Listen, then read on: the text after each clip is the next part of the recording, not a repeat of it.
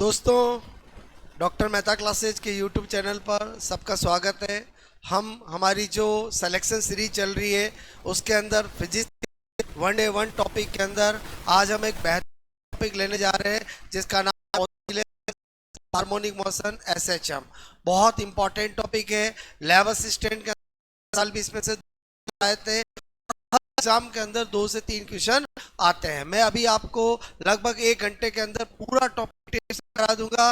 अगर आप उस कंटेंट को स्टडी करते हो तो आपका क्वेश्चन गलत नहीं होगा। क्लियर? तो स्टार्ट करते हैं एसएचएम। क्लियर? तो एसएचएम का मतलब होता है किसी भी पार्टिकल का मीन के दोनों ओर पीरियडिकली जो मोशन होती है उसे एसएचएम कहते हैं। यानी कोई भी कण जो है वो माध्य के दोनों ओर, मैंने कहा आवर्त रूप से जो गति करता है उसे हम सरल आवर्त गति या दोलन कहते हैं। यानी इसके अंदर क्या होता है कि एक पार्टिकल जो है वो आपको, मैंने कहा इस तरह से ये मीन होगा, उसके दोनों ओर इस तरह से गति करेगा पीरियडिकली। ये एक बार करेगा तो उसका एक ऑसिलेशन, एक दोलन होगा। तो मैंने क्या होगा, मीन होगा। यानी मैंने कहा यहाँ पर थीटा इजिकल टू 0 या एक्स इजिकल टू 0 और ये पीक पोजीशन होगी। यानी थीटा इजिकल टू 90 या x is equal to a. Clear? तो आपको मैंने कहा कि पूरे एसएचएम के अंदर 4 क्वार्टर 1 2 3 4। क्लियर? हम एक क्वार्टर की स्टडी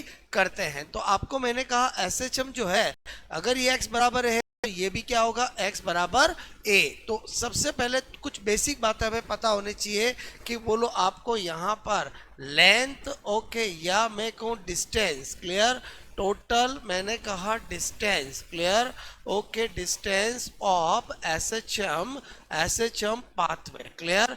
कभी भी आपको एसएचएम के पाथवे की टोटल बोलो डिस्टेंस पूछे तो ए और ए, क्योंकि आपको पता होना चाहिए कि जो डिस्टेंस होती है उसका मतलब ही यही होता है टोटल लेंथ ऑफ पाथवे। यानी एसएचएम में आपको जो डिस्टेंस है वो एक स्केलर क्वांटिटी है, तो उसके अंदर तो सारी चीज जुड़ेगी। तो ए और ए यानी कितना हो जाएगा, 4 है। लेकिन अगर आपको पूछे कि बोलो डिस्प्लेसमेंट, क्लियर, ओके, डिस्प्लेसमेंट मैंने कहा of SHM, clear, okay, pathway, तो आपको पता होना चाहिए कि एसएचएम के अंदर जहां से पार्टिकल स्टार्ट करेगा वापस वही आएगा, तो उसका एक साइकिल का डिस्प्लेसमेंट क्या होगा, 0। बोलो क्लियर? तो ये दो बातें सबसे पहले पता होना चाहिए। एक मैंने कहा क्या, बोलो विस्थापन के बारे में, किसके बारे में, दूरी के बारे में। क्लियर? उसके बाद मैंने कहा एसएचएम में जब भी क्वेश्चंस आते हैं तो 2 पार्ट है, एक कंपोनेंट और एक एग्जाम्पल। तो हम यहाँ क्या करने जा रहे हैं कि अंदर जो एग्जाम में क्वेश्चन आते हैं उसके हम 2 कैटेगरी बना देते हैं। पहली कैटेगरी क्या है, बोलो कंपोनेंट,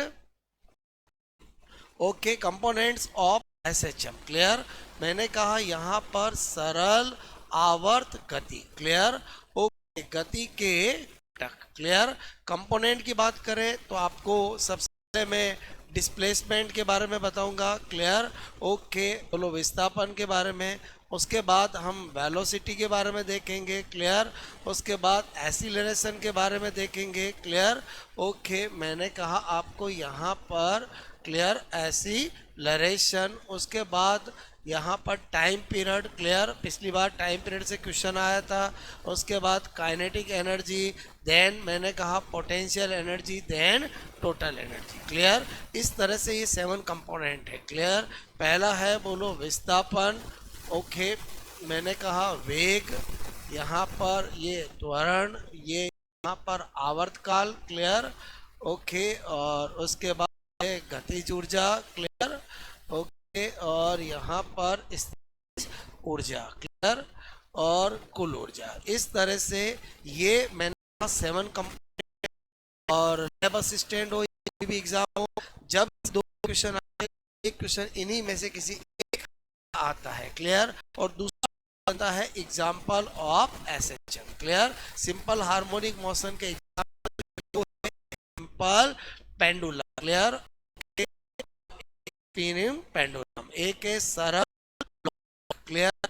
और एक मैंने कहा क्या होता है, spring pendulum. Clear? Okay, spring pendulum. Clear? पिछली बार भी एक क्वेश्चन यहाँ से आया था, क्लियर। तो इस तरह से मैंने कहा कि ये दोनों पार्ट अगर हम तैयार कर लेते हैं तो एसएचएम का क्वेश्चन राइट हो जाएगा। तो इस तरह से मैंने एसएचएम टॉपिक को दो पार्ट में डिवाइड कर दिया है। पहला मैं क्या सिखाने जा रहा हूं आपको, component of SHM, clear. Okay, तो यहां पर हमने स्टार्ट किया है नंबर 1। सबसे पहले हम कर रहे हैं डिस्प्लेसमेंट, क्लियर। ओके, डिस्प्लेसमेंट मैंने कहा यानी विस्थापन की बात करें, क्लियर। ओके, तो आपको पता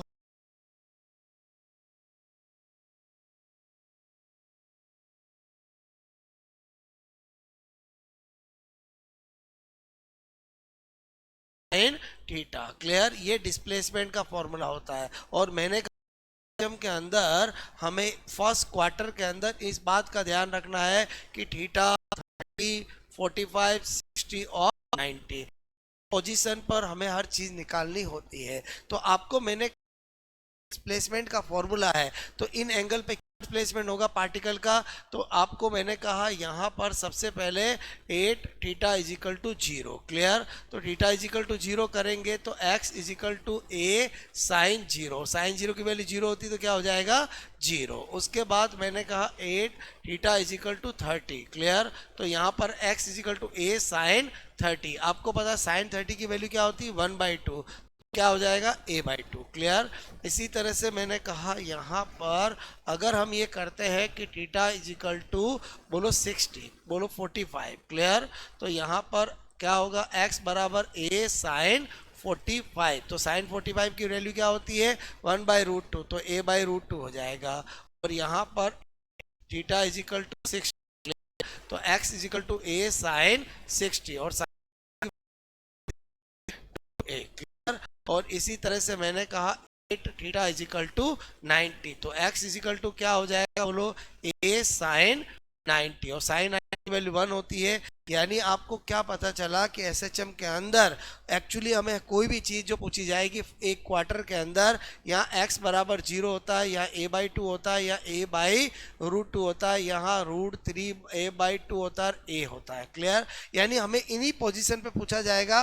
तो हमने एंगल और पोजीशन में सिमिलरिटी कर ली, क्योंकि एंगल से क्वेश्चन ईजी हो जाते हैं, क्लियर। तो आपको मैंने सबसे पहला कंपोनेंट बताया, और हर एक के अंदर हमें ग्राफ भी पता होना चाहिए। तो यहाँ पर अगर हम देखते हैं क्या graph between x and t, clear.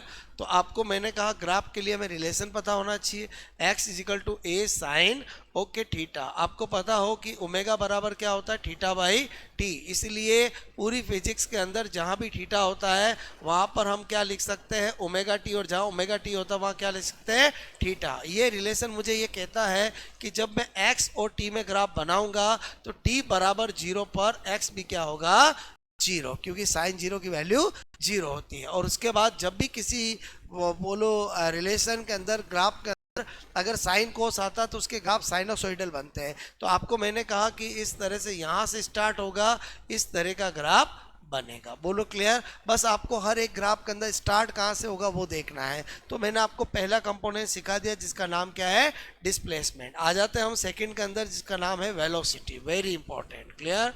दूसरा कौन सा है बोलो वेलोसिटी, क्लियर। ओके, वेग।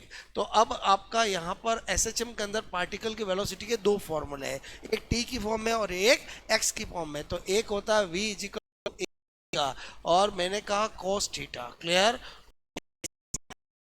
भी चलेगा v इक्वल टू मैंने कहा a omega cos omega t, clear.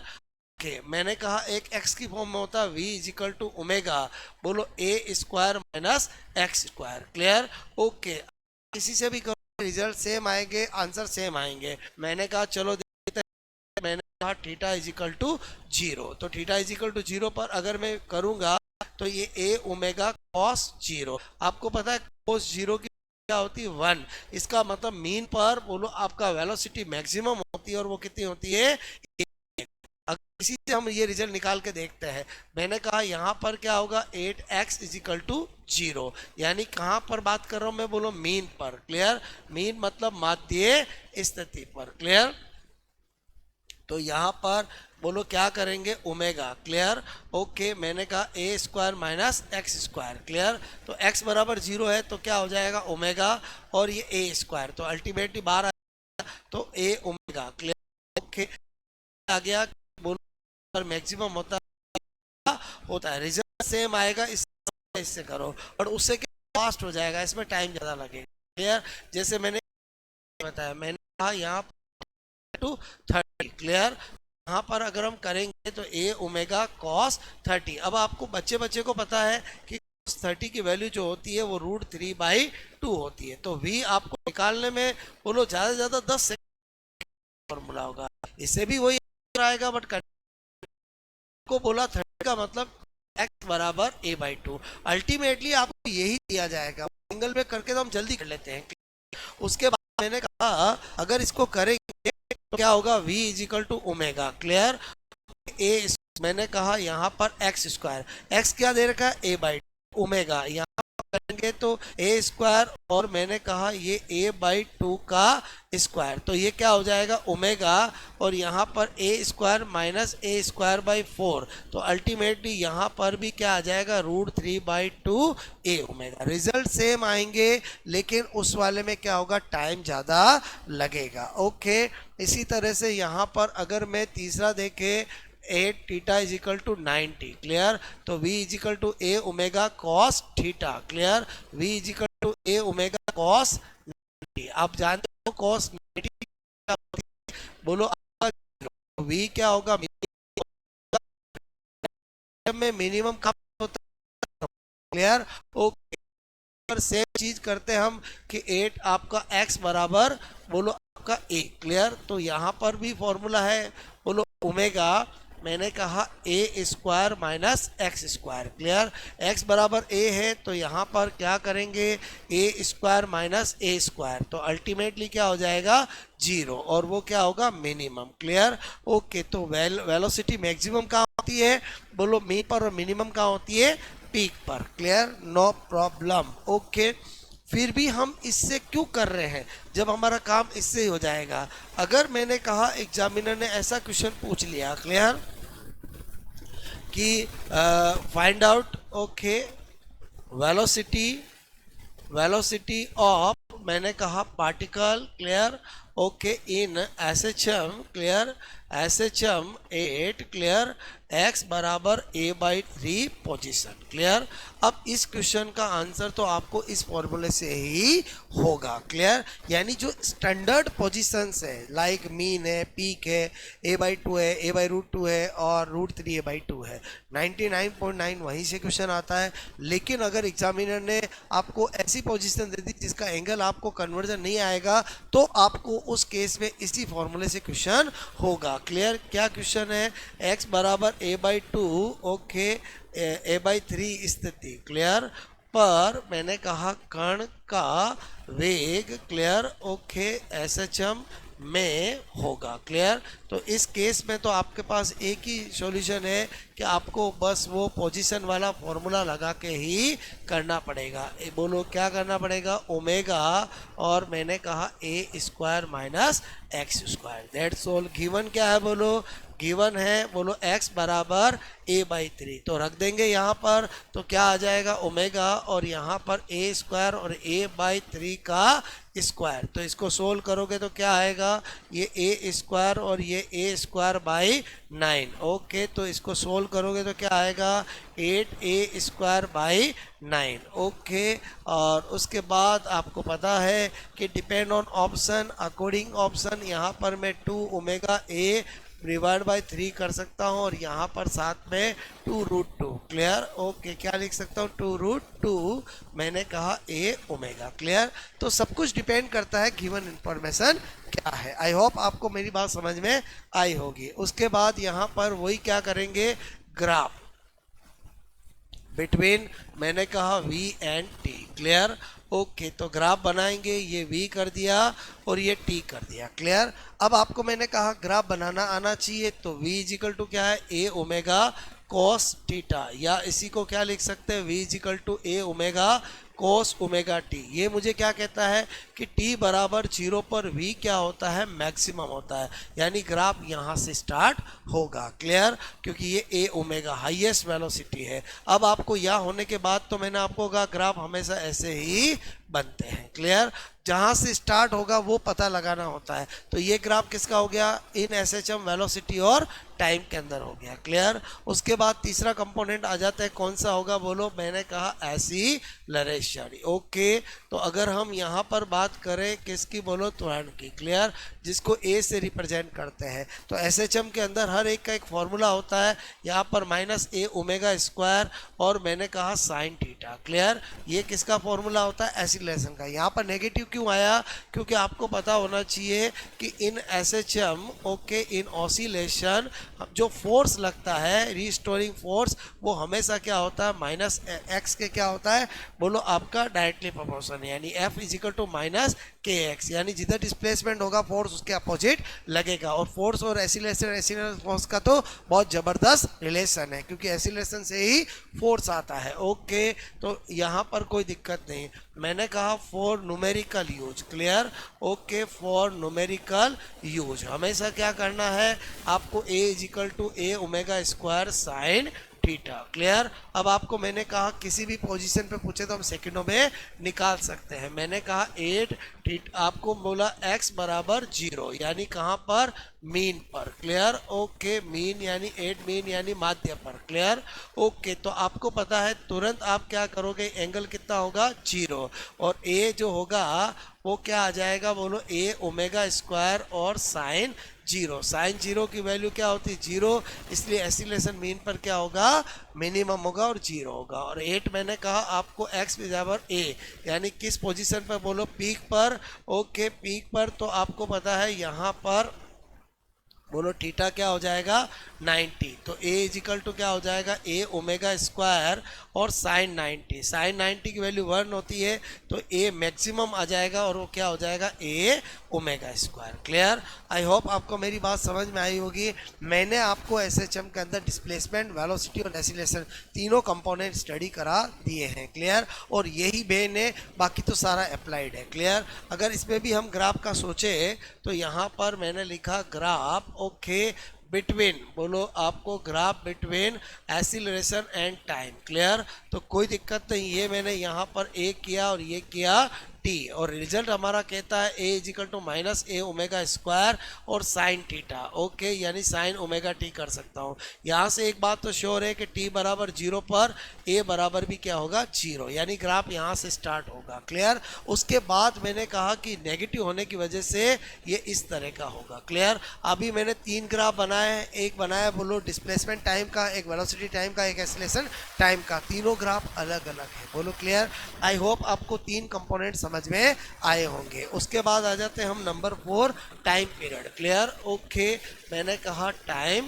Period. ठीक है, तो इससे पिछली बार क्वेश्चन आया था, तो आपको ये पता होना चाहिए कि ये एसएचएम है। क्लियर, ओके, तो एसएचएम के अंदर हमें एक क्वार्टर में स्टडी करना होता है। क्लियर, ओके, तो आपको मैंने कहा कि दिस वन इज मीन और this one is peak. Clear, ये मीन है और ये पीक है, और आपको पता है कि यहाँ पर 30, ये 45 और ये 60 और ये 90, कभी भी एंगल नहीं दिए जाएंगे, आपको पूछा जाएगा पोजीशन पर। क्लियर, ओके, इन्हीं एंगल पर ये पोजीशन होती है जो हमने सबसे पहले निकाली है।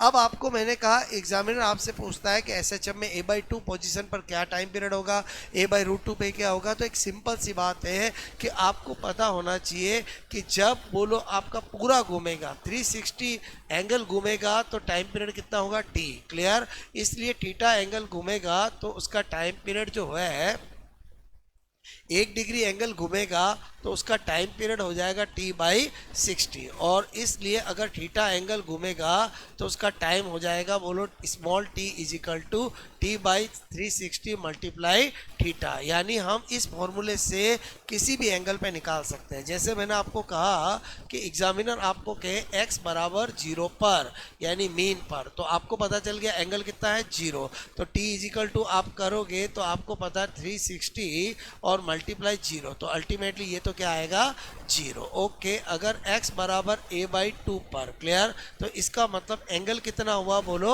30। एंगल 30 हुआ तो यहाँ पर क्या करेंगे t/360 multiply 30, cut cut cut, okay, और ये t/12 आ गया। अगर आपको एक पूरे पाथवे का एक एसएचएम का टाइम पीरियड दे रखा है तो ये टाइम भी निकल जाएगा। उसके बाद x बराबर मैंने कहा a/√2 पर, क्लियर, तो इसका मतलब हुआ थीटा कितना हो गया 45, और थीटा 45 हो गया तो ये 360 और मल्टीप्लाई 45। आपको पता चल जाना चाहिए कि कितनी बार होगा t/8, क्योंकि अगर 90 से होता तो 4 टाइम कट होता और 45 है तो 90 बोलो आपका 2 यानी 8 हो गया, क्लियर।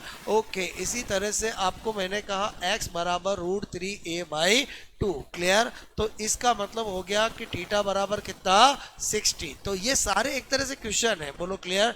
t/360 और मल्टीप्लाई 60 कट करोगे तो ये क्या आ जाएगा t/6, और मैंने कहा x बराबर a पर यानी पीक पोजीशन पर थीटा बराबर 90, तो आपका t बराबर t/360 और 90 अगर हम करेंगे तो ये t/4 आ जाएगा। आना ही था, क्योंकि आपको पता है कि पूरा एक पाथवे का टाइम पीरियड अगर कैपिटल T होता है तो ये तो आपका t/4 होगा ही होगा, क्लियर। अब ये हो गई थ्योरी, मैंने आपको ये कराया क्वेश्चन, क्लियर। अब आपको मैंने कहा कि एग्जाम में क्वेश्चन आ जाता है कि एक बोलो कण, क्लियर, मैंने कहा peak position, clear, okay, peak position का मतलब चरम स्थिति, क्लियर, ओके, चरम स्थिति से मैंने कहा a/2 तक आने में, क्लियर, ओके, आने में लगा समय, क्लियर, समय होगा, क्लियर, ओके। तो ऑप्शन आपको दे देते हैं ए, मैंने कहा t/12, ओके, t/6, बोलो t/8 और 100% t/4, यही ऑप्शन मिलेंगे। अब ये से क्वेश्चन में क्या होता है, स्टूडेंट जनरली मिस्टेक कर देते हैं। आपको ये सोचना है कि जब कुछ नहीं कहा जाए तो हमेशा मीन से मानना है, लेकिन अगर एग्जामिनर कहता है कि नहीं बोलो पार्टिकल ने पीक से स्टार्ट किया है, तो आपको पता होना चाहिए कि अगर ये पीक से स्टार्ट करेगा, ओके, ये मीन है, तो ये a/2 है और ये आपका x बराबर 0 है, ये a/√2 है, क्लियर, और ये √3a/2 है और ये x बराबर a है, क्लियर, और ये मैंने कहा 0 है, ये 30 है, ये 45 है, क्लियर, ओके, ये 60 है और ये 90 है। तो जब यहाँ से यहाँ तक आएगा तो एंगल कितना कवर किया उसने 60, तो आपको यहाँ पर थीटा 60 निकालना पड़ेगा। अब तो आप समझ गए होंगे क्या करोगे, t/360 मल्टीप्लाई 60, क्लियर, और इस तरह से इसका आंसर जो आएगा बोलो क्लियर, वो मैंने कहा t/6 आ जाएगा। ये क्वेश्चन मैं तो 10 से 15 साल से करा रहा हूँ, ये पिछली बार LA के अंदर एक क्वेश्चन यही आया था, बिल्कुल मैंने हमेशा ये कराता आ रहा हूँ, और ये क्वेश्चन जब मेरे स्टूडेंट करके आए तो उन्होंने बोला सर बिल्कुल डिटो यही पूछ लिया। तो आपको जब भी टाइम पीरियड का क्वेश्चन हो तो आपको ये ध्यान देना है SHM के अंदर पीक से पूछा या मीन से पूछा, अगर पोजीशन नहीं दी है तो हमेशा मीन से ही मानना है, ओके। उसके बाद आ जाते हैं हम नंबर बोलो आपका 5, clear, kinetic energy, clear, okay. तो आपको अगर वेलोसिटी पता है तो काइनेटिक एनर्जी में कोई दिक्कत नहीं आएगी। तो मैंने कहा जो वेलोसिटी हमने 2 फॉर्मेट में जाना है तो काइनेटिक एनर्जी भी 2 फॉर्मेट में जाएंगे, एक करेंगे काइनेटिक एनर्जी टाइम की फॉर्म में और एक करेंगे काइनेटिक एनर्जी पोजीशन की फॉर्म में, क्लियर। काइनेटिक एनर्जी का फॉर्मूला होता है ½ mv², क्लियर, ओके। टी की फॉर्म में चाहता हूं तो वेलोसिटी भी मुझे क्या चाहिए, टी की फॉर्म में, और वो क्या होता है a ओमेगा, मैंने कहा cos ओमेगा टी, क्लियर, या cos थीटा, बात एक ही है। अगर मैं यहाँ पर रखूंगा तो काइनेटिक एनर्जी मुझे टी की फॉर्म में क्या मिलेगा, ½ m, okay, a² ओमेगा² cos² theta, बोलो क्लियर। और आपको पता होना चाहिए m ओमेगा² की जगह क्या लिख सकते हैं, k, तो आपका ये क्या हो जाएगा, kinetic energy ½ k a² cos² theta. ये किसकी फॉर्म में आ गया, थीटा की फॉर्म में। कभी नहीं कहता हूं कि स्टूडेंट को ये ध्यान रखना है, अगर SHM में कंपोनेंट में किसी फॉर्मूला ध्यान रखना है तो ओनली और ओनली आपको डिस्प्लेसमेंट, वेलोसिटी और एक्सीलरेशन का ही ध्यान रखना है, ओके। बाकी तो अप्लाइड है। बोलो यहाँ पर ये काइनेटिक एनर्जी x की फॉर्म में चाहिए तो ½ mv² कर देंगे, और x की फॉर्म में क्या होता है अभी बताया, ω² - x²। तो जब यहाँ पर इसको पुटअप कर देंगे तो आपने क्या देखा, हाफ एम, क्लियर। ये हो जाएगा स्क्वायर और ये हट जाएगा, क्लियर। तो ए स्क्वायर माइनस एक्स स्क्वायर, और एम ओमेगा स्क्वायर की जगह क्या लिख सकता हूँ मैं, बोलो के, क्लियर। तो ये क्या हो जाएगा, kinetic energy x is equal to half k, मैंने कहा ए स्क्वायर माइनस एक्स स्क्वायर। किसी भी पोजीशन पर निकाल के देख लो, इससे और इससे रिजल्ट सेम आएगा। ओके, तो मैंने कहा यहाँ पर देखते हैं नंबर 1, मैंने कहा 8, okay, theta is equal to 0, clear. Okay, यानी मीन पर, क्लियर। ओके, मीन पर देखेंगे तो काइनेटिक एनर्जी ये आपका टी की फॉर्म में क्या है, हाफ के ए स्क्वायर, मैंने कहा कोस स्क्वायर थीटा। तो आपको पता है कोस 0 की वैल्यू क्या होती है, 1 का स्क्वायर क्या होता है, यही। तो काइनेटिक एनर्जी मैक्सिमम होती है जब वेलोसिटी मैक्सिमम होती है, तो काइनेटिक एनर्जी भी मीन पर क्या होगी, मैक्सिमम, और उसका मान क्या होगा, half k a square, clear. Okay, और इधर से करेंगे तो मैंने कहा 8x इजिकल टू 0, यानी ये भी कहाँ पर, मीन पर, क्लियर। तो इस फॉर्मूले को यूज करूंगा तो हाफ के, मैंने कहा ए स्क्वायर माइनस एक्स स्क्वायर, तो एक्स स्क्वायर इजिकल टू 0 है, तो आपको पता चल गया यहाँ पर भी ये मैक्सिमम आएगा, और वो क्या आएगा, half k a square. Result same आएंगे चाहे इससे करें या इससे करें, बोलो क्लियर। इसी तरह से मैंने कहा किसी भी पोजीशन पे पूछे तो हो जाएगा, ओके, बट इससे फास्ट हो जाता है। जैसे मैंने आपको कहा थीटा इजिकल टू 90 पर, यानी पीक पर। कभी भी आपको ये नहीं पूछेंगे, एग्जाम में यही पूछेंगे, हमें थीटा की कन्वर्ट करके करना है ताकि काम हमारा फास्ट हो जाए, क्लियर। x बराबर a पर, यानी कहाँ पर बात कर रहा हूँ, बोलो पीक यानी चरम स्थिति, क्लियर। ओके, तो कोई दिक्कत नहीं, यहाँ पर काइनेटिक एनर्जी करोगे तो बोलो क्या हो जाएगा, हाफ के यहाँ पर a square minus x square. हमें साफ साफ पता चल रहा है कि यहाँ काइनेटिक एनर्जी मिनिमम होगा, और वो क्या होगा, 0, क्योंकि ए स्क्वायर माइनस ए स्क्वायर क्या होता है, 0। और यहाँ पर अगर हम करेंगे तो क्या है, बोलो half k a square cos square theta. तो cos 90 की वैल्यू क्या होती है, बोलो आप कहोगे 0, तो 0 का स्क्वायर 0, 0 को किसी से मल्टीप्लाई करो क्या आएगा, 0। आई होप आपको मेरी बात समझ में आई होगी कि चाहे इससे करो या इससे करो एक ही बात है, क्लियर।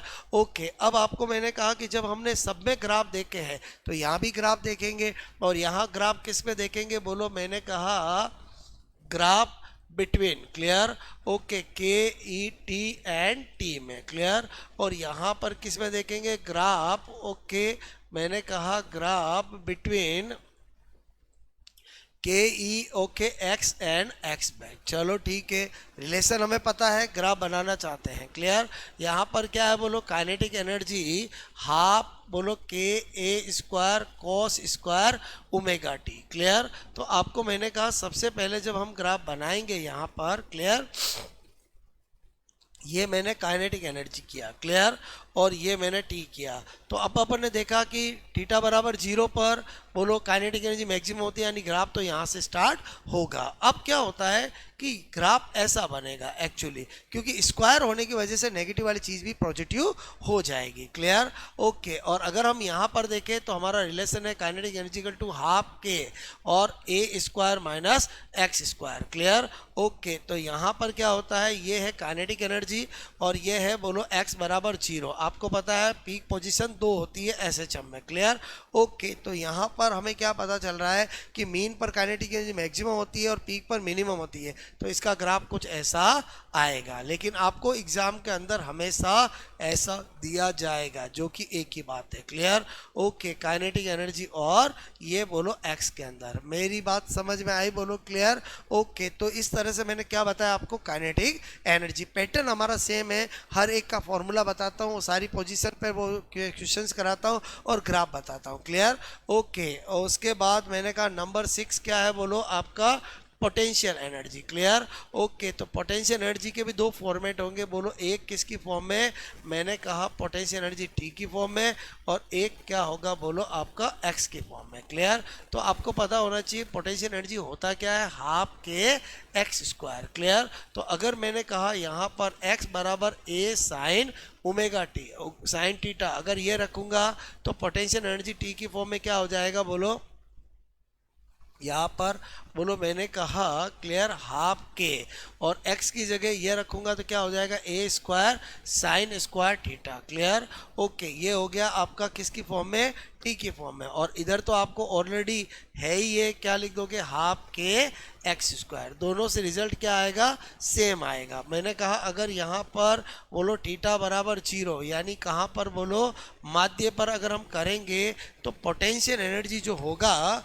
वो आपको यहाँ पर साइन 0 की वैल्यू 0 होती है तो मिनिमम होगा, और क्या होगा, 0। और इधर भी करेंगे तो आपको पता है कि x बराबर 0 पर, यानी बोलो कहाँ पर, माध्य पर, मीन पर। क्लियर, तो काइनेटिक पोटेंशियल एनर्जी क्या आएगी, मिनिमम आएगी, और वो क्या आएगी, 0। आई होप आपको ये मैं जो बताना चाह रहा हूँ वो समझ में आया होगा। मीन और पीक ये दो पोजीशन और बीच की पोजीशन पे भी निकाल सकते हो। यहाँ पर अगर मैं थीटा इज इक्वल टू 90 करता हूँ यानी पीक पर, क्लियर, तो आपको पता है यहाँ पर ये मैक्सिमम होगा, और वो क्या होगा बोलो, हाफ के ए स्क्वायर होगा, क्योंकि साइन 90 की वैल्यू क्या होती है बोलो, आपका 1, और 1 का स्क्वायर क्या होता है, 1। और अगर यहाँ पर x बराबर a पर करते हैं तो भी आपको पता चल गया पोटेंशियल एनर्जी मैक्सिमम होगा, और वो क्या होगा, हाफ के ए स्क्वायर होगा। इस तरह से आपको मेरी बात समझ में आई होगी। यहाँ पर भी अगर ग्राफ का देखें, graph between, clear, potential energy T और टी में, क्लियर,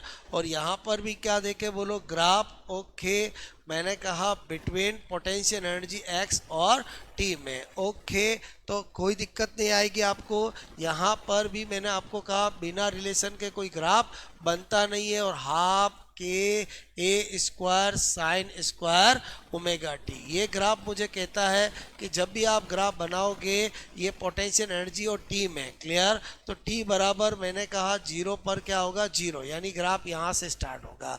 अब आपको पता है साइन स्क्वायर आ रहा है इसलिए ग्राफ ऐसा बनेगा, मतलब जो नेगेटिव वाला है वो पॉजिटिव हो जाएगा। और अगर यहाँ पर अगर हम ग्राफ बनाए, क्लियर, ओके, तो मैंने कहा ये क्या ले लिया मैंने, x बराबर 0 और x बराबर a, क्लियर, और ये मैंने किया पोटेंशियल एनर्जी, क्लियर। तो आपको पता है कि ये मीन पर क्या होता है, मिनिमम, और पीक के क्या होता है, मैक्सिमम। कुछ ग्राफ ऐसा बनेगा, ये हमें बताता है कि पीक पर पोटेंशियल एनर्जी मैक्सिमम होती है और मीन पे मिनिमम होती है, लेकिन आपको एग्जाम में ऐसा कभी नहीं मिलेगा। एग्जाम में मिलेगा पोटेंशियल एनर्जी और एक्स का ग्राफ कुछ ऐसा मिलेगा। आपको मेरी बात समझ में आई? ऐसा भी लैब असिस्टेंट और हर एग्जाम में पूछा गया है, ग्राफ पूछे जाते हैं, बोलो फॉर्मूले से क्वेश्चन पूछे जाते हैं। हमने पोटेंशियल एनर्जी, काइनेटिक एनर्जी दोनों कर लिया, अब दोनों को मिला के किसकी स्टडी कर लेंगे, टोटल एनर्जी की। ओके, यहाँ पर आ जाते हैं नंबर 7 कंपोनेंट, जिसका नाम क्या है, टोटल एनर्जी। क्लियर, जब काइनेटिक एनर्जी हमने दोनों फॉर्मेट में किया, टाइम और एक्स की फॉर्म में, तो पोटेंशियल एनर्जी भी बोलो, ये टोटल एनर्जी भी दोनों फॉर्मेट में करके देखेंगे। क्लियर, तो यहाँ पर मैंने कहा, क्लियर, ये करते हैं टोटल एनर्जी। क्लियर, तो टोटल एनर्जी क्या होता है, kinetic energy plus potential energy. अगर ये टी, ये टी, ये टी, क्लियर, तो मैंने कहा इसका फॉर्मूला क्या होता है, हाफ के ए स्क्वायर, और क्या बताया मैंने, कॉस स्क्वायर थीटा। इसका क्या होता है, हाफ के ए स्क्वायर, और क्या आया था बोलो, साइन स्क्वायर थीटा। अगर हम हाफ के ए स्क्वायर को कॉमन ले लेते हैं तो आपको वो फेवरेट आपका फॉर्मूला आ जाएगा जो बचपन से हर स्टूडेंट को याद है ट्रिग्नोमेट्री का, कि sine square plus cos square का रिजल्ट क्या होता है, 1। तो हमें क्या पता चला कि जो टोटल एनर्जी होगी, ओके, वो आपका क्या आएगा, हाफ के ए स्क्वायर। यानी टोटल एनर्जी जो है वो किस पे डिपेंड ही नहीं करती है, किस पे बोलो, टाइम पर। यानी आप कहीं पर भी किसी भी बोलो आप पोजीशन पे या किसी भी टाइम पर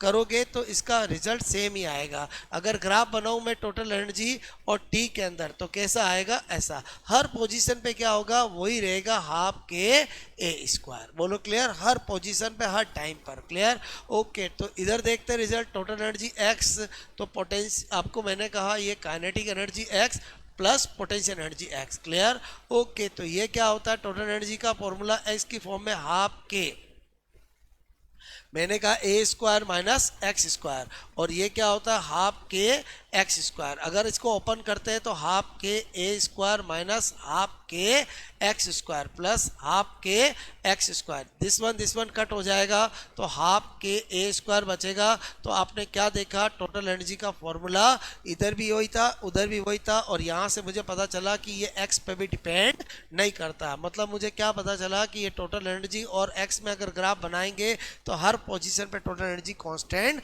रहती है, किसमें, इन एसएचएम इन ऑसिलेशन। मैंने आपको दोस्तों 7 के 7 कंपोनेंट बता दिए, और अगर मैं आपसे कहूं कि एक क्वेश्चन पक्का कंपोनेंट से ही आता है, जितना मैंने पढ़ाया है उसको अगर 1 मिनट में आपको ध्यान रखना है तो बस एक ही तरीका है, वो है स्पेशल नोट। और स्पेशल नोट में क्या ध्यान रखना है, सबसे पहले मैंने कहा x बराबर a साइन बोलो थीटा, उसके बाद v बराबर क्या ध्यान रखना, a omega cos theta, clear, और v is equal to omega मैंने कहा a square minus x square, clear. फिर तीसरा आपको a is equal to minus m omega square, और मैंने कहा साइन थीटा। उसके बाद आपको नंबर 4 मैंने कहा कि time period is equal to क्या होता है, t/360 मल्टीप्लाई थीटा, और 5 मैंने कहा काइनेटिक एनर्जी, क्लियर, बोलो half k a square, clear, मैंने कहा कॉस स्क्वायर थीटा, ये हो गया बोलो थीटा की फॉर्म में, और काइनेटिक एनर्जी एक्स की फॉर्म में करोगे तो half k a square minus x square, clear, ये हो गया आपकी एक्स की फॉर्म में। इसी तरह से मैंने कहा पोटेंशियल एनर्जी, क्लियर, हाफ के बोलो यहाँ पर half k a square sine square theta, clear, ये हो गया थीटा की फॉर्म में। और मैंने कहा आपको पोटेंशियल एनर्जी हाफ के एक्स स्क्वायर, ये हो गया एक्स की फॉर्म में। और ग्राफ तो मैंने आपको खैर बताई है, ग्राफ आपको कभी याद करने की ज़रूरत नहीं है, क्लियर, क्योंकि ग्राफ बनाने आने चाहिए। और टोटल एनर्जी की बात करें तो वो क्या होता है, हाफ के ए स्क्वायर, यानी जो टोटल एनर्जी होता है वो अगर पूछे depend on, clear, okay, depend on तो एक के और एक ए, और मैंने कहा total energy not depend on, clear, दोनों तरह के क्वेश्चन आता है। नॉट डिपेंड ऑन तो ना एक्स पे डिपेंड करता है ना ही टी पे डिपेंड करता है, क्लियर। तो आई होप आपको पहला पार्ट 7 कंपोनेंट समझ में आए होंगे। कभी कभी हाइपोथेटिकल क्वेश्चन इन कंपोनेंट को मिला के भी पूछा जाता है, जैसे मैंने आपको कहा कि इस तरह का क्वेश्चन एग्जाम में पूछ लिया कि find out V maximum, okay, ratio of V maximum and A maximum, clear, okay. तो उस केस में क्या होगा कि जैसा पूछा गया वैसा करना, आपको पूछा V मैक्सिमम और A मैक्सिमम, क्लियर, ओके, का अनुपात, क्लियर, ओके, होगा। तो उस केस में जैसा कहा जाए वैसा करो। V मैक्सिमम क्या होता है, A ओमेगा, मैंने कहा A मैक्सिमम क्या होता है, A ओमेगा स्क्वायर, तो दोनों का आपको रेशियो पूछा है तो V मैक्सिमम, क्लियर, और A मैक्सिमम, तो हमने क्या देखा, ये हो गया A ओमेगा, ये हो गया A ओमेगा स्क्वायर, काट काट काट काट 1 अपॉन ओमेगा आ गया, क्लियर। इसी तरह से बहुत सारे क्वेश्चन बन जाते हैं, ओके। आपको एग्जाम में पूछा कि फाइंड आउट, क्लियर, ओके, बोलो V मैक्सिमम का स्क्वायर और A मैक्सिमम, क्लियर, ओके, इसका क्या होगा, तो जैसा कहा जाए वैसा करो। V मैक्सिमम, ओके, होता है A ओमेगा, A मैक्सिमम होता है A ओमेगा स्क्वायर। तो अगर आपको V मैक्सिमम का square divide by A maximum पूछा है तो V मैक्सिमम का स्क्वायर क्या होगा, A, बोलो आपको मैंने कहा A ओमेगा का स्क्वायर, और ये क्या होगा A ओमेगा स्क्वायर, तो ये A स्क्वायर ओमेगा स्क्वायर, ये A omega square, this one cut हो गया, आंसर आ गया A। ऐसे क्वेश्चन में जनरली जो ऑप्शन आते हैं वो इस तरह के आते हैं, क्लियर, ओके। एक आता टाइम पीरियड, एक आता ओमेगा, एक आता बोलो आपका फ्रीक्वेंसी, क्लियर, ओके, एक आता एम्पलीट्यूड, क्लियर। तो ये किसके इक्वल हुआ, एम्पलीट्यूड टिक हो जाएगा। आई होप मैंने कुछ वेराइटी करके बताया कि इस तरह से 2 से ज़्यादा या 2 बोलो आपका जो ऐसी हमारी कंपोनेंट है उनको मिला के भी क्वेश्चन पूछा जा सकता है। दोस्तों मैंने आपको एसएचएम के अंदर मैंने जो कंपोनेंट है मैंने हाफ एन आवर में पूरे 7 कंपोनेंट बता दिए, जो मैं ऑफलाइन क्लास के अंदर जब पढ़ाता हूं तो लगभग 3 से 4-5 दिन के अंदर ये 7 कंपोनेंट बता रहा हूं। लेकिन मैं आपको यहां पर वो शॉर्ट एंड स्वीट तरीका बता रहा हूं, अगर आपने ये ध्यान रख लिया तो आपका क्वेश्चन रॉन्ग नहीं होगा, ये मेरी गारंटी है, क्लियर। आपने देखा मैंने अभी 7 कंपोनेंट के फॉर्मूले, उनके क्वेश्चन, उनके ग्राफ,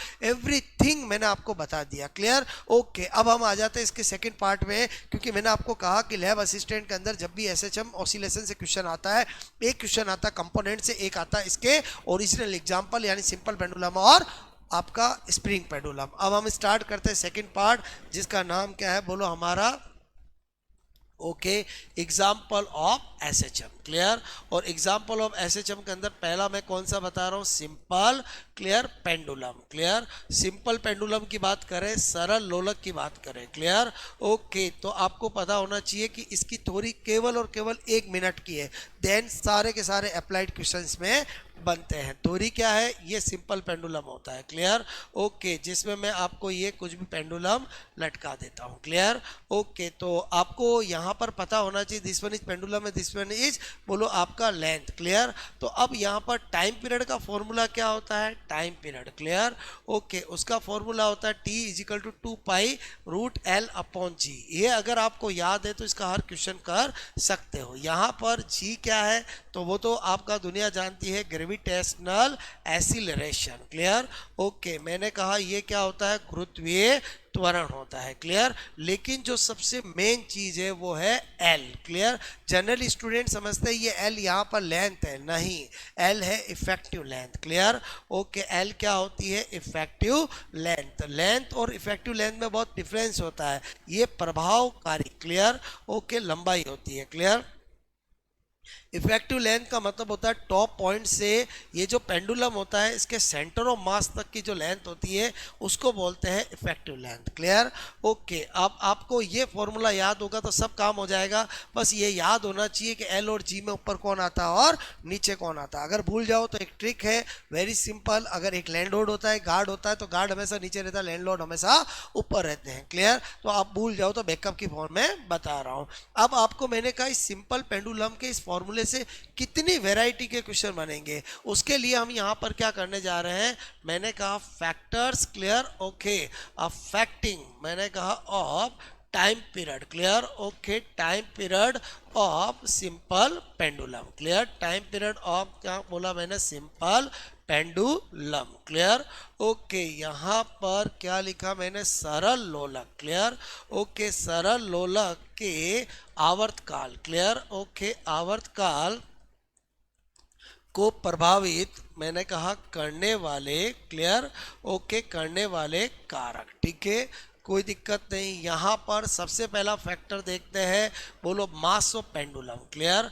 ओके, मास ऑफ मैंने कहा पेंडुलम यानी लोलक का द्रव्यमान। क्लियर? पहला क्या है बोलो, लोलक का द्रव्यमान। क्लियर? ओके, यहाँ पर हमने देखा कि फॉर्मूला होता है T is equal to 2 pi L upon g. तो कहीं मुझे इस फॉर्मूले में मास नहीं दिखाई देता है, यानी जो पेंडुलम होता है सिंपल पेंडुलम उसका टाइम पीरियड मास पे डिपेंड नहीं करता है। यहाँ पर दो वेराइटी के क्वेश्चन बनते हैं। अगर आपसे कहा जाए कि एक सिंपल पेंडुलम में जब पेंडुलम आयरन का होता है तो उसका टाइम पीरियड T1 मिलता है, और एक पेंडुलम अगर आपका बोलो एल्यूमिनियम का होता है तो टाइम पीरियड T2 होता है। तो T1 T2 में क्या रिलेशन होगा, तो T1 बराबर T2 होगा, क्योंकि मास पे डिपेंड करता नहीं है। पेंडुलम हल्का हो या भारी हो उससे कोई फर्क नहीं पड़ेगा। दूसरा क्वेश्चन और भी बनता है, एक ये बनता है कि ये सपोजेड, आपको मैंने कहा कि ये एक क्वेश्चन इस तरह का कि एक पेंडुलम है जिस पर एक गर्ल जो है वो मैंने कहा बैठी है और झूला झूल रही है, और टाइम पीरियड क्या है, T1 है। Clear? Okay, after some time एक गर्ल और आके इसके पास में बोलो झूले पर बैठ जाती है। क्लियर? ओके, मैंने कहा एक गर्ल और आके झूले पर क्या हो जाती है, बैठ जाती है, और आपको पूछा जाता है अब टाइम पीरियड क्या होगा, तो T2। तो आपको यहाँ पर T2 एंड T2 में संबंध रिलेशन पूछा जाता है। क्लियर होगा? तो आपको सारे की सारी जगह फिजिक्स सोचना है। Okay, T1 is greater than T2, इस तरह के ऑप्शन आएंगे। T1 is less than T2, T1 बराबर T2। क्लियर?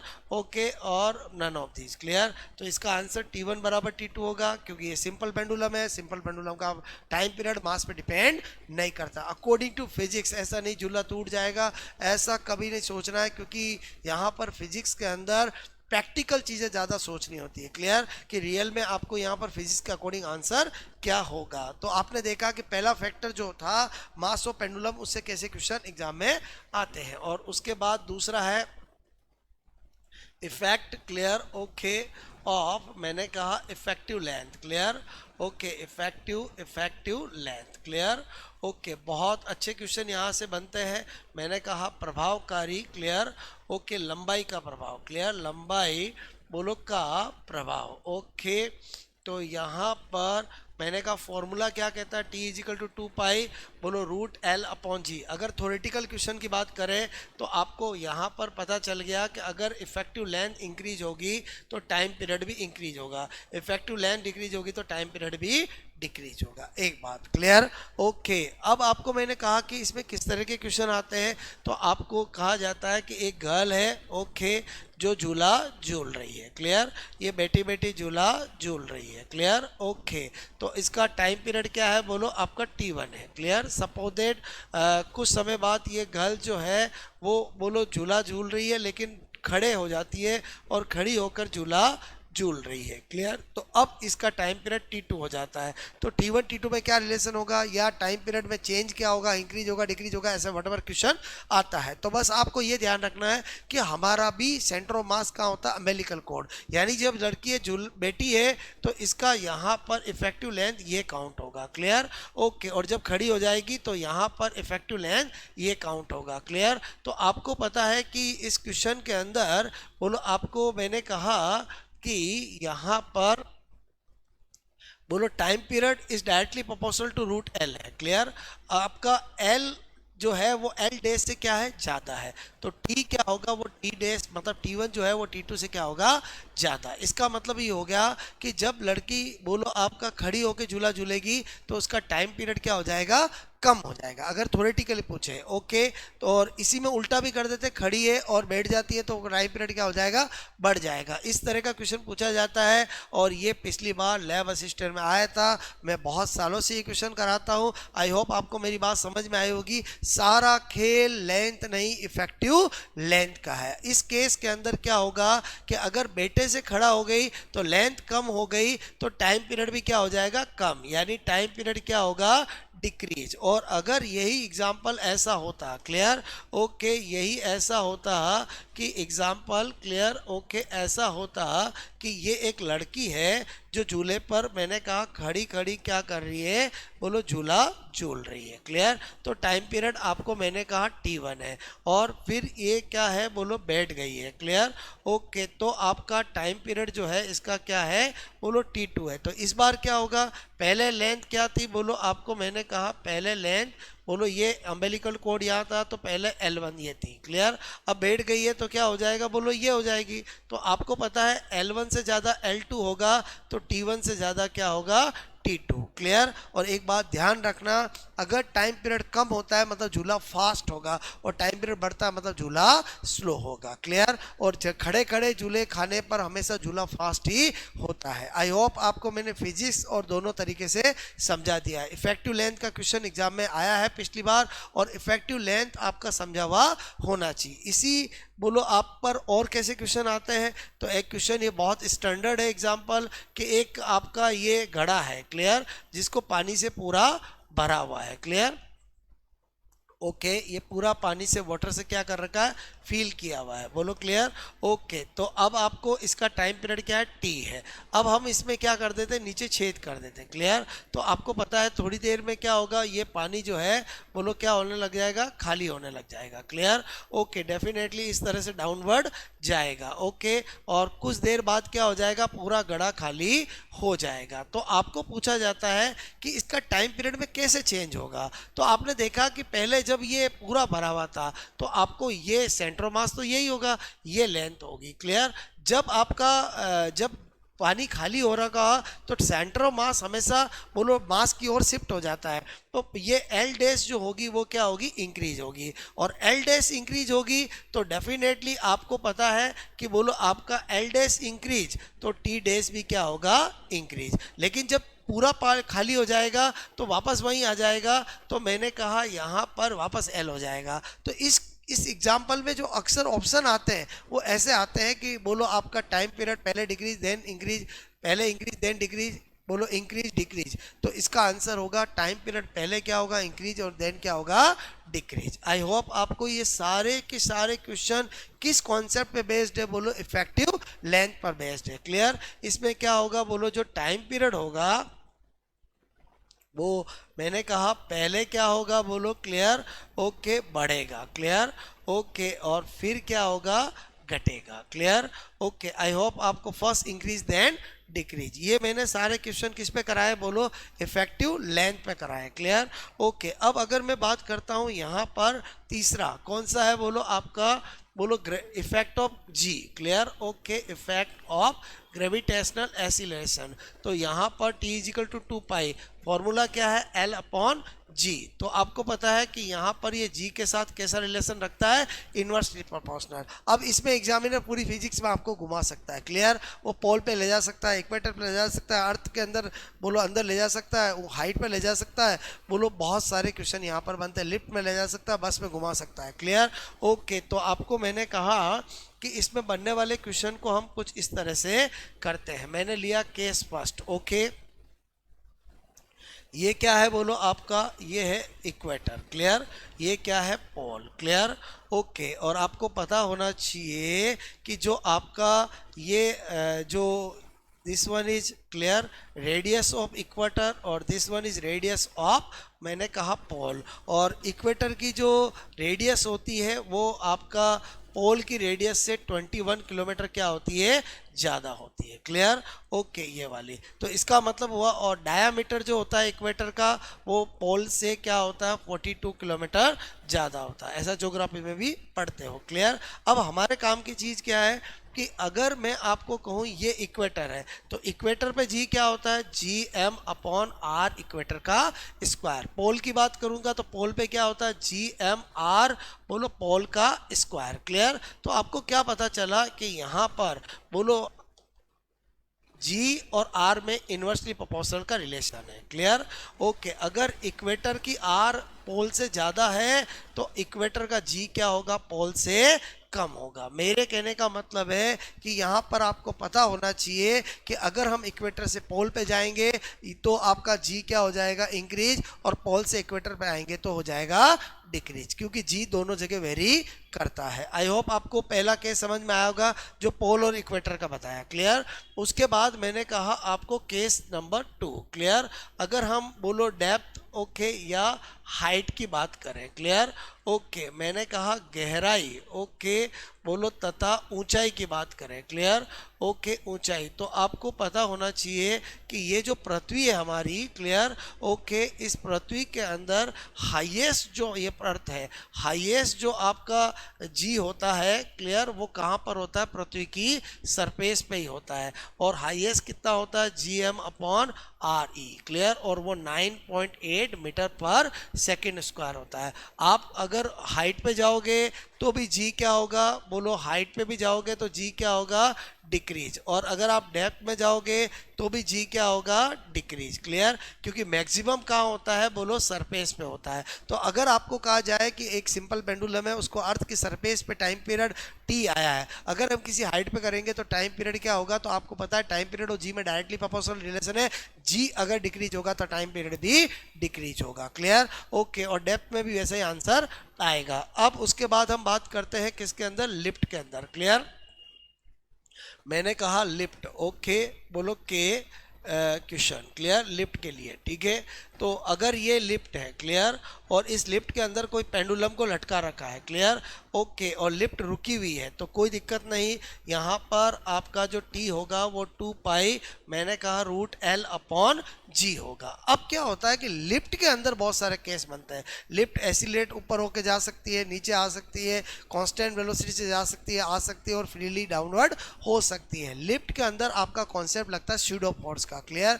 जब भी कोई बॉडी छोटी बॉडी किसी बड़ी बॉडी के अंदर होती है और बड़ी बॉडी अगर आपका एक्सीलरेट या रिटार्डेट करती है तो उसके बोलो अपोजिट उस पर स्यूडो फोर्स लगता है। स्यूडो का कॉन्सेप्ट आपका हमेशा क्लियर होना चाहिए। ओके, तो यहाँ पर मैंने कहा पहला केस ये तो स्टेबल का मान लिया, इसमें क्या है लिफ्ट क्या है बोलो स्टेबल है, क्लियर, यानी रुकी हुई है, तब आपका ये है, क्लियर। अब मैंने कहा लिफ्ट बोलो यदि क्या बोला मैंने, लिफ्ट क्या हो रही है, ए एक्सीलरेशन से बोलो ऊपर जा रही है, क्लियर, ऊपर, ओके, जा रही है। लिफ्ट का क्वेश्चन इस बार आने का पूरा चांस है। तो आपको मैंने कहा सिंपल सा स्यूडो का कॉन्सेप्ट समझना, ये अगर मैंने कहा ये जी तो नेचुरल नीचे लगेगा ही लगेगा। अब अगर लिफ्ट जा रही है ऊपर ए एक्सीलरेशन से तो स्यूडो हमेशा क्या लगता है, अपोजिट लगता है। तो इस पर फिर जो जी नेट होगा वो जी प्लस ए हो जाएगा, क्लियर। तो अगर पहले टाइम पे टी होता तो अब टी डेज क्या होगा 2 पाई एल और यहाँ पर क्या आ जाएगा जी प्लस ए। आई होप आपको मेरी बात समझ में आई होगी। यहाँ पर इस तरह से क्वेश्चन पूछे जाते हैं। अगर मैं सेकंड करूँ यहाँ पर यदि लिफ्ट, क्लियर, ओके, मैंने कहा लिफ्ट जो है वो ए से क्लियर नीचे आ रही है, क्लियर, नीचे आ रही है, क्लियर। तो इस केस में क्या होगा कि आपकी ये जो लिफ्ट है, क्लियर, और जिसके अंदर ये पेंडुलम लटका हुआ है, नेचुरल जी कहाँ लगेगा, नीचे। लिफ्ट कहाँ आ रही है बोलो ए एक्सीलरेशन से नीचे, तो स्यूडो हमेशा उसके अपोजिट लगता है। तो यहाँ पर जो जी नेट होगा वो जी माइनस ए होगा, क्लियर, ओके। तो यहाँ पर अगर मैं टी डेज करूँगा तो 2 पाई यहाँ पर क्या हो जाएगा जी माइनस ए। आई होप आपको मेरी बात समझ में आ रही होगी कि मैं आपको इसी लिफ्ट के सारे जितने केस हो सकते हैं वो करा रहा हूँ। पहले ए एक्सीलरेशन से अपवर्ड किया, फिर ए एक्सीलरेशन से डाउनवर्ड किया, क्लियर। और तीसरा मैंने आपको कहा कि बोलो कांस्टेंट वेलोसिटी, नियत वेग, ओके, यहाँ पर मैंने कहा कांस्टेंट वेलोसिटी, ओके, से बोलो लिफ्ट, ओके, लिफ्ट मैंने कहा ऊपर या नीचे, क्लियर, ओके, मैंने कहा आ रही है या बोलो जा रही है, क्लियर। 2 केस एक साथ करा रहा हूँ। अगर आपको मैंने कहा कि ये है आपका पेंडुलम, क्लियर, और डाउनवर्ड क्या लगता है जी, और वेलोसिटी से चाहे वो ऐसे कांस्टेंट वेलोसिटी से ऐसे हो या बोलो ऐसे हो, आपको पता है जब वेलोसिटी कांस्टेंट होती है, क्लियर, तो एक्सीलरेशन क्या होता है 0, और जब एक्सीलरेशन 0 होगा तो कोई स्यूडो नहीं लगेगा, क्लियर, ओके। और स्यूडो नहीं लगेगा तो आपका फिर तो टी डेज क्या होगा 2 पाई और एल अपॉन जी होगा, यानी इक्वल टू टी होगा। इस केस के अंदर वही रहेगा। और ज़्यादातर लिफ्ट जो है वो कांस्टेंट वेलोसिटी से अपवर्ड और डाउनवर्ड जाती है, इसीलिए हमारे पे स्यूडो नहीं लगता है, क्लियर। और एक नंबर मैंने कहा फोर्थ, यदि, ये भी एग्जामों में बहुत पूछा गया है, यदि लिफ्ट जो है बोलो वो फ्रीली, क्लियर, ओके, फ्रीली यानी स्वतंत्रता, ओके, पूर्वक, क्लियर, ओके, मैंने कहा नीचे आ रही है, क्लियर, ओके। जब भी फिजिक्स के अंदर कोई चीज़ फ्रीली आती है इसका मतलब ये होता है कि वो जी से नीचे आ रही है, क्लियर। जी तो ऑलरेडी इसमें लग ही रहा है और मैंने कहा वो किससे आ रही है, जी से, क्लियर। तो ये जी कहाँ लगेगा, ऊपर, और ए जो आपका जी नेट होगा, क्लियर, वो क्या होगा जी माइनस जी इजिकल टू क्या होगा 0, और आपको पता है टी डेस इजिकल टू 2 पाई और रूट एल अपॉन जी नेट करोगे तो नीचे 0 आएगा, मतलब टाइम पीरियड क्या आएगा, इनफिनाइट। आई होप आपको सारे केस समझ में आए होंगे। इससे ज़्यादा लिफ्ट में कुछ पूछा ही नहीं जा सकता है, क्लियर। मैं आपको यहाँ पर सब कुछ कवर कर रहा हूँ बट फास्ट रैपिड तरीके से कर रहा हूँ ताकि आपको कम समय के अंदर रिवीजन हो और ज़्यादा से ज़्यादा कंटेंट मिले, क्लियर, ओके। यहाँ पर आई होप आपको ये भी मेरी बात समझ में आई होगी। मैंने आपको यहाँ पर जी के अंदर बोलो सबसे पहले पोल और इक्वेटर की बात करी, देन मैंने ऊंचाई और गहराई की बात करी, देन मैंने लिफ्ट की बात करी और लिफ्ट के अंदर ये सारी बातें बताई, ओके। यहाँ पर एक आपका और किसका बनता है, बस का केस बनता है, क्लियर, ओके। नंबर मैंने कहा यहाँ पर 4, क्लियर, ओके। बस बोलो में सरल लोलक, क्लियर, ओके, सरल लोलक, क्लियर, ओके। तो आपको पता है ये एक बस है, क्लियर, ओके, जिसके अंदर ये पेंडुलम लटका हुआ है। क्लियर? तो हमेशा जी तो नेचुरल यही लगता है, बस जब रुकी हुई है तो इसका टाइम पीरियड होगा 2 पाई, मैंने कहा L अपॉन जी। अब आपको दो केस है, या तो बस ए एसिलेशन से एसिलेट हो सकती है, या ए रिटार्डेशन से बोलो रिटार्डेड हो सकती है। बोलो क्लियर? मैंने कहा यहाँ पर यदि बस क्लियर ओके ए, मैंने कहा ए क्लियर ओके ए त्वरण, ठीक है, ए त्वरण यानी एसिलेशन से बोलो जा रही है। क्लियर? अगर बस जाएगी ए एसिलेशन से, क्लियर, ये बस है, बोलो क्लियर, ये इस पे पेंडुलम लटका हुआ है जिसपे नेचुरली जी यहाँ लग रहा है, बस ऐसे जाएगी तो स्यूडो ऐसे लगेगा, और दोनों एसिलेशन अगर 90 पे लगेंगे तो ए नेट जो आएगा वो डेफिनेटली ए स्क्वायर, मैंने कहा यहाँ पर जी स्क्वायर प्लस ए स्क्वायर का रूट आएगा, यानी टी डैश यहाँ पर क्या बन जाएगा, बोलो आपका एल और जी बोलो स्क्वायर प्लस ए स्क्वायर। ये भी क्वेश्चन एग्जाम में पूछा जाता है। और अगर रिटार्डेड होगी तो उसमें लगेगा ऐसे और इसमें लगेगा ऐसा, रिजल्ट सेम आएगा। बोलो क्लियर? तो आपको आई होप मैंने सिंपल पेंडुलम के जितने फैक्टर्स और जितने वैरायटी और जितने केस हो सकते हैं वो मैंने बता दिया। अल्टीमेटली सिंपल पेंडुलम में क्या ध्यान रखना है, T is equal to 2 pi root L upon g. सारे क्वेश्चन कर सकते हो, और पिछली बार यहाँ से एक क्वेश्चन झूले वाला आया था। क्लियर? उसके बाद आ जाते हैं हम नंबर 2 एग्जाम्पल, जिसका नाम क्या है, spring pendulum. Okay, spring pendulum थोड़ी सिर्फ 5 मिनट की है। बोलो क्लियर? पेंडुलम ओके, यानी मैंने कहा स्प्रिंग लोलक। क्लियर? ओके, स्प्रिंग लोलक की बात करें तो यहाँ पर ये इस तरह से आपको ये स्प्रिंग दी जाएगी। क्लियर? ओके, और पेंडुलम लटकाया जाएगा। यहाँ पर ये मीन होगा, इसे छोड़ देंगे तो ये इस तरह से मैंने कहा SHM करेगा। क्लियर? और ये इसका स्प्रिंग कांस्टेंट होगा। तो इसका जो टाइम पीरियड का फॉर्मूला होता है वो होता है, मैंने कहा M अपॉन K। फॉर्मूला याद होना चाहिए, काम हो जाएगा। M क्या है बोलो इस बार, मास ऑफ, मैंने कहा पेंडुलम। ओके, यानी लोलक का द्रव्यमान। क्लियर? लोलक का द्रव्यमान। क्लियर? ओके, और मैंने कहा K क्या है, स्प्रिंग कांस्टेंट। क्लियर? K क्या है, spring constant. Clear? Okay, spring नियतांक। ठीक है, स्प्रिंग नियतांक। अब अगर हम बात करें यहाँ पर कि कैसे क्वेश्चंस बनेंगे, तो वही फैक्टर्स वाले सारे क्वेश्चंस बनेंगे। अब आपको मैंने कहा अगर फॉर्मूले में आपको अच्छे से याद होना चाहिए कि M और K में कौन ऊपर आता है और कौन नीचे आता है। यहाँ भी एक लॉजिक है, मकान मालिक और किराएदार में मकान मालिक जनरली ऊपर और किराएदार नीचे रहते हैं। जहाँ पर मैंने वहाँ पर लैंडलॉर्ड और गार्ड बताया था, ये याद है तो काम हो जाएगा। अब आपको यहाँ पर वेराइटी ऑफ क्वेश्चंस और इस फॉर्मूले की सोच डेवलप करने के लिए यहाँ पर क्या बताना चाह रहा हूँ, factors okay affecting clear of, मैंने कहा time period. Clear? Okay, time period मैंने कहा ऑफ सिंपल ऑफ आपका spring okay spring pendulum. Clear? Okay, spring pendulum को प्रभावित के आवर्तकाल को प्रभावित करने वाले कारक। यहाँ पर क्या लिखा मैंने, स्प्रिंग लोलक ओके के बोलो आवर्तकाल। क्लियर?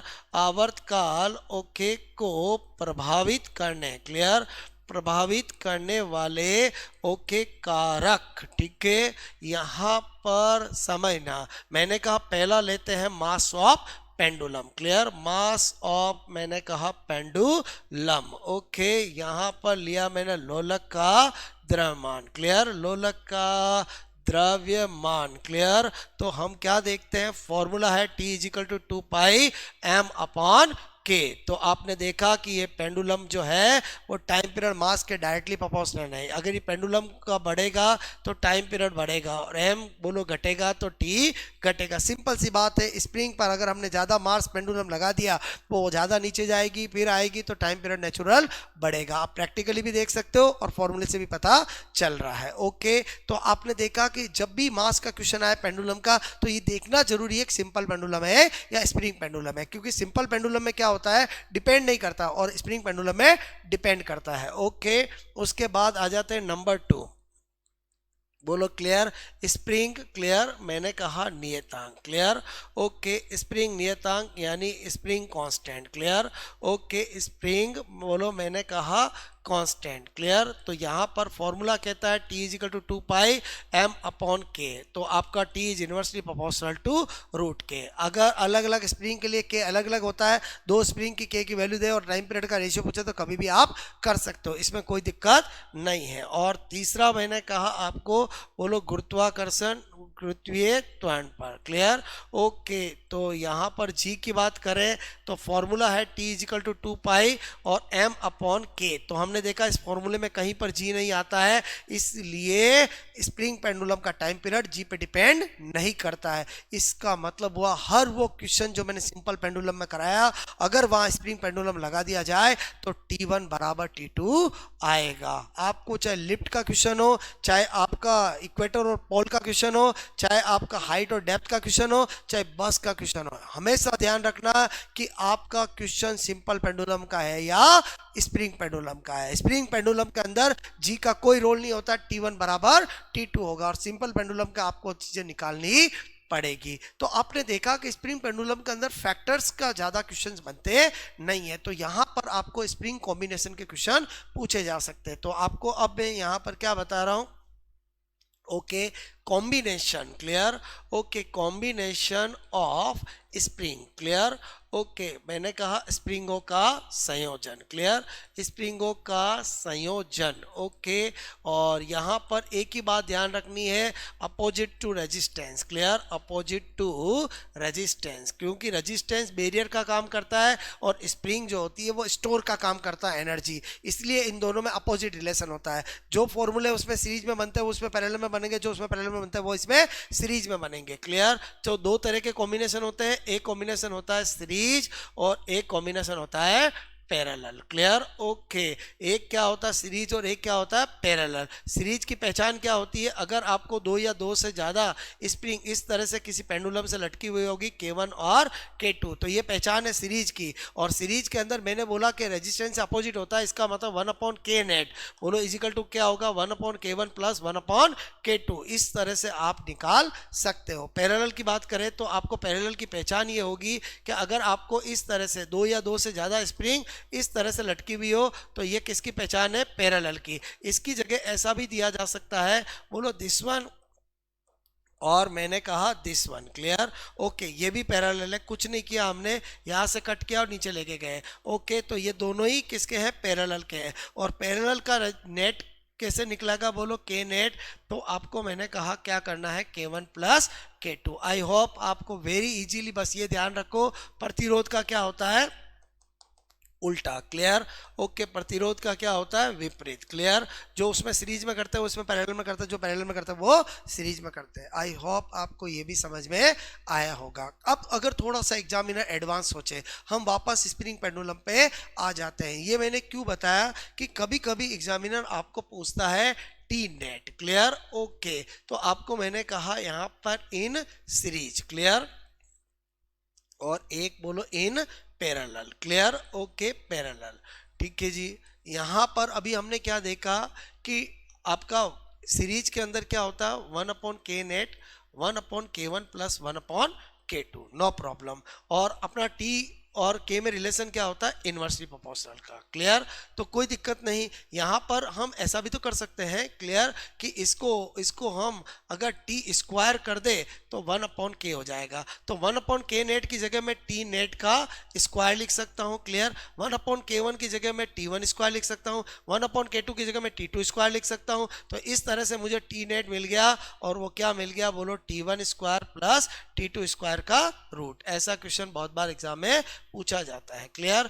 ओके, मैंने बहुत सिंपल तरीके से आपको बताया कि आप सीरीज के अंदर अगर टाइम पीरियड दो दे दे और उनका अगर आपको नेट पूछे तो इस फॉर्मूला बन जाएगा। यहाँ पर क्या है, बोलो K नेट इजिकल टू क्या है, बोलो K1 प्लस K2। ओके, और टाइम पीरियड और K में रिलेशन क्या होता है, रूट के साथ इनवर्सली प्रोपोर्शनल का। इसको मैं ऐसा भी कर सकता हूँ कि ये यहाँ पर T स्क्वायर और 1 अपॉन K। क्लियर। इसको मैं ऐसा भी कर सकता हूँ, क्लियर, कि बोलो यहाँ पर K और 1 अपॉन T का स्क्वायर। क्लियर। ओके, तो K नेट है तो वहां अपॉन क्या हो जाएगा, T नेट का स्क्वायर, और 1 K1 है तो 1/T1 का स्क्वायर, और ये क्या हो जाएगा 1/T2 का स्क्वायर। अगर हम इसको एलसीएम ले लेंगे तो ये T1 का स्क्वायर और ये T2 का स्क्वायर, यहाँ पर T2 का स्क्वायर और यहाँ पर क्या आ जाएगा T1 का स्क्वायर। ओके, अगर उल्टा कर देंगे तो T नेट स्क्वायर करेंगे तो ये ऊपर चला जाएगा, बोलो T1 स्क्वायर और T2 स्क्वायर, और नीचे क्या आ जाएगा T1 square plus T2 square, क्योंकि दो जब सम में होते हैं तो किसी को आगे पीछे लिख सकते हैं। और अगर मैं यहाँ पर वही T नेट करता हूँ, क्लियर,